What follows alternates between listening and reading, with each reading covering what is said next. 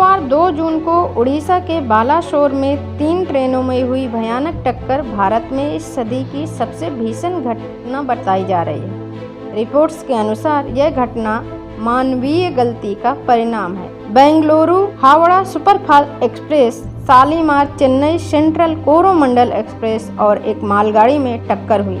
इस भयानक घटना में अब तक 288 लोगों की मौत व हजारों लोगों के घायल होने की खबर है। इतने बड़े हादसे के बाद भारत में रेलों की दुर्दशा और ट्रेन दुर्घटनाओं को लेकर राजनीति चरम सीमा पर नजर आ रही है। कोई रेल मंत्रालय पर आरोप लगा रहा है तो कोई तकनीकी पर। हर साल देश में ट्रेनों में हुई टक्कर के मामले सामने आते रहे हैं। कभी तकनीकी समस्या, कभी पटरी में दिक्कत तो कभी कुछ और। रेल मंत्री अश्विनी वैष्णव ने बताया है कि रेलवे सुरक्षा आयुक्त ने मामले की जांच की है। इसके साथ ही घटना के कारणों और इसके लिए जिम्मेदार लोगों की भी पहचान की गई है।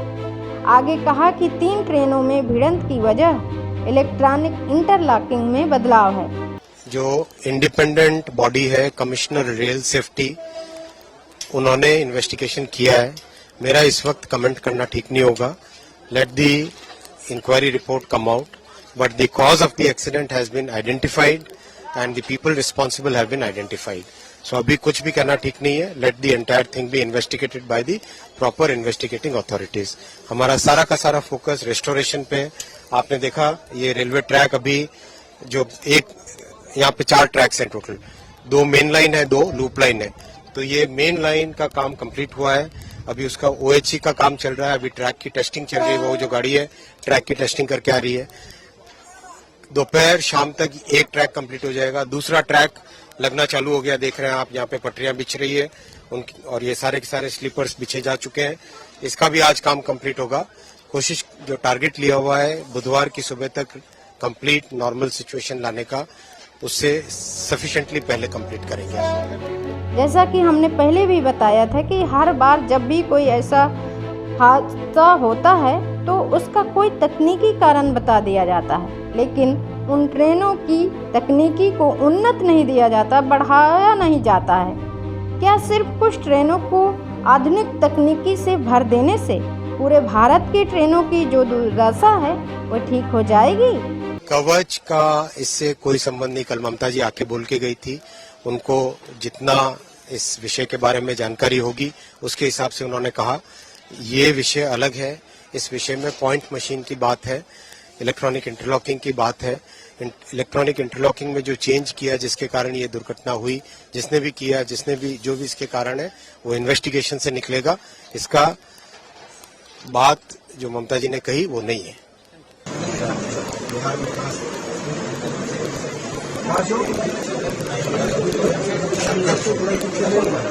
कौन सा जिला हुआ?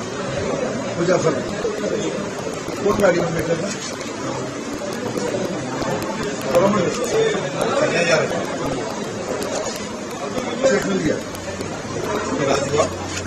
रिपोर्ट्स के अनुसार शुक्रवार की घटना उस समय हुई जब चेन्नई की ओर जा रही शालीमार चेन्नई सेंट्रल कोरोमंडल एक्सप्रेस बहनागा बाजार स्टेशन से 300 मीटर की दूरी पर पटरी से उतर गई।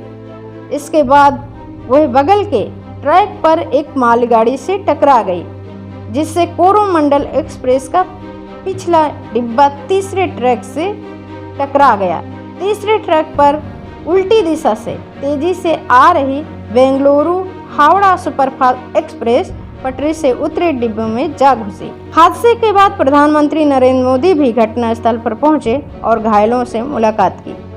साथ ही उड़ीसा के मुख्यमंत्री नवीन पटनायक ने बहनागा ट्रेन हादसे में हुए मृतकों के परिवारों को 5-5 लाख रुपए व घायलों को 1-1 लाख रुपए देने की घोषणा की। बता दें, ये राशि मुख्यमंत्री राहत कोष से दी जाएगी।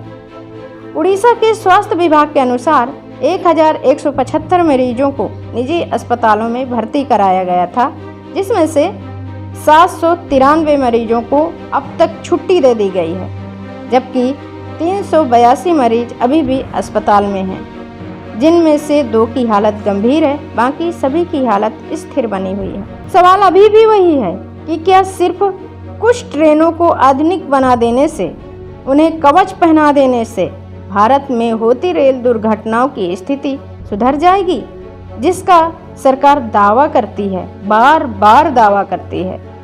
यह हादसा एक बार फिर सरकार के खोखले कामों को चुनौती देता है, जिसमें हर साल ना जाने कितने ही लोग अपनी जान गंवा देते हैं और आखिर में बस घटना की वजह तकनीकी को दे दी जाती है, पर उस तकनीकी में सुधार के लिए कुछ काम नहीं किया जाता।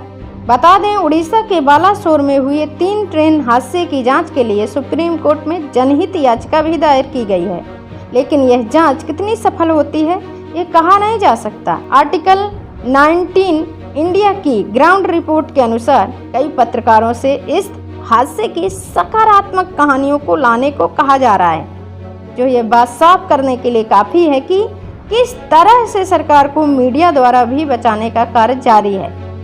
जब घटना के तथ्य की रिपोर्ट्स ही नहीं आएगी तो अंत में जांच में यही सुनने में आएगा कि कार्रवाई के लिए सबूत काफ़ी नहीं थे। जब सत्ता का इतना दबदबा है तो यह भी देखना होगा कि आखिर कार्रवाई किस पर होती है, या फिर किस एक पर दोष डालकर सरकार खुद को यहाँ से हमेशा की तरह बचा लेगी। विपक्ष रेल मंत्री को बर्खास्त करने की मांग कर रहा है, जनता जांच के तथ्य और सच की मांग कर रही है, लेकिन सब सिर्फ यहाँ आकर ठहर गया है कि घटना तकनीकी कारणों से हुई है। ऐसे में अदालत की जांच क्या निकल कर आती है, इस दौरान मीडिया मामले को किस तरह से दिखाती है और मामले को लेकर कितने तथ्य सामने आते हैं या आएंगे भी कि नहीं, कुछ भी साफ नहीं है। कौन बचकर निकल जाएगा और कौन फंसेगा, यह राजनीति तो सिर्फ सरकार ही जानती है।